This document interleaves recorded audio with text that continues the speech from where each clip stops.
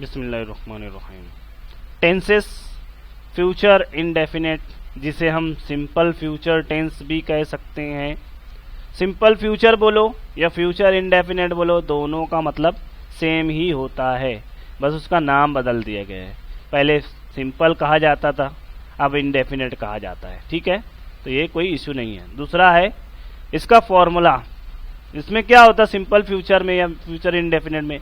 कोई काम होगा, मैं आऊँगा, मैं जाऊँगा, मैं खाऊँगा, मैं उठूँगा, मैं करूँगा, मैं नहीं करूँगा, इस तरीके के जुमले इसमें बनाए जाते हैं। मैं आऊँगा, मैं जाऊँगा, मैं खाऊँगा, मैं पीऊँगा, मैं उठूँगा, मैं बैठूँगा, यानी कोई काम भी होगा माजी में, मैं ऐसा करूँगा।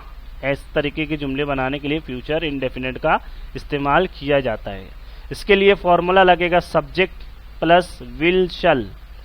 विल का इस्तेमाल ज़रूर करने के लिए होता है, मैं ऐसा ज़रूर करूँगा, और शल का इस्तेमाल शायद मैं ऐसा करूँगा या फिर नहीं भी कर सकता हूँ, करूँगा या तो नहीं करूँगा। कच्चा, शल मतलब कच्चा, विल मतलब पक्का। अब शल का इस्तेमाल सिर्फ आई और वी के साथ इस्तेमाल होता है, बाकी जितने भी सब्जेक्ट है सबके साथ विल का इस्तेमाल किया जाता है। ये बात को ध्यान में रखना है। उसके बाद वर्ब की पहली हालत आएगी गो, कम, प्ले, जंप, आस्क, हेल्प, इस तरीके के वर्ब हम इस्तेमाल कर सकते हैं। उसके बाद ऑब्जेक्ट जो इन दोनों को जोड़ दे वो रहेगा ऑब्जेक्ट, तो उससे मुकम्मल एक सेंटेंस बनता है, जिसका मतलब होता है मैं आऊँगा, मैं जाऊँगा, मैं खाऊँगा। ठीक है, अफर्मेटिव बना रहे हैं यानी इकरारिया जुमला। ठीक है, सब्जेक्ट किसे कहते हैं? आई मतलब मैं, इसको सबसे शुरू में रखा जाता है सब फॉर्मूले के हिसाब से।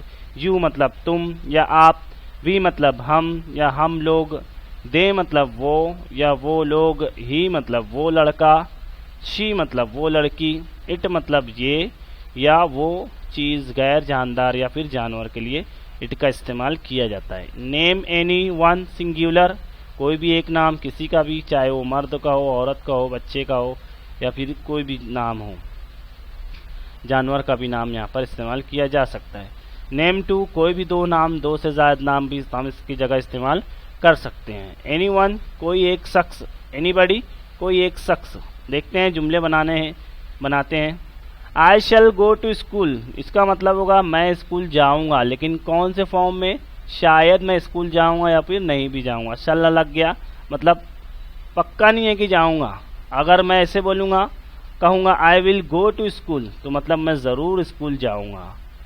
अगर शल बोलूँगा तो शायद जाऊँगा, शल का मतलब कच्चा, जाऊँगा या फिर नहीं भी जाऊँगा। अगर विल कहा तो मतलब मैं ज़रूर स्कूल जाऊँगा।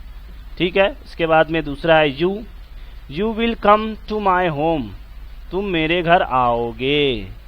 वी विल गो देयर, हम वहाँ जाएंगे। वी विल गो देयर, ये सेम टू सेम दे दिया, इसका मतलब होगा हम वहाँ जाएंगे। दे विल मीट मी, वे मुझसे मिलेंगे।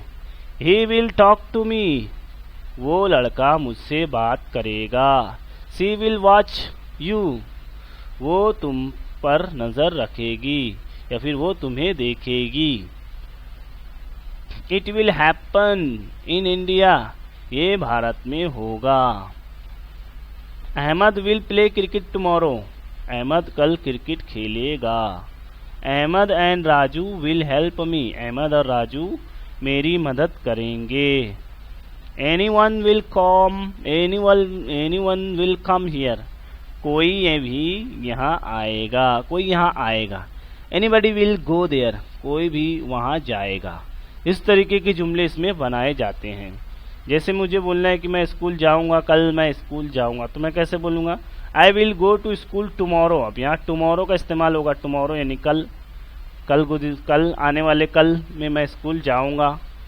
मैंने अभी से बोल रहा है कि कल मैं स्कूल जाऊँगा, कल मैं खाना खाऊँगा, कल मैं इससे मिलूँगा, कल मैं वहाँ जाऊँगा, कल मैं यहाँ आऊँगा। इस तरीके के जुमले इसमें बनाए जाते हैं। उम्मीद है वीडियो आपको पसंद आई होगी। इस तरीके से आपको 10-10 जुमले बनाना है, कॉपी में लिखना है और उसकी मश्क करना है, प्रैक्टिस करना है। एक एक सब्जेक्ट से 10-10 जुमले बनाना है, अलग अलग वर्ब का इस्तेमाल करना है। जैसे मुझे बोलना है कि मैं क्रिकेट खेलूँगा, मैं कल क्रिकेट खेलूँगा, तो कैसे बोलेंगे?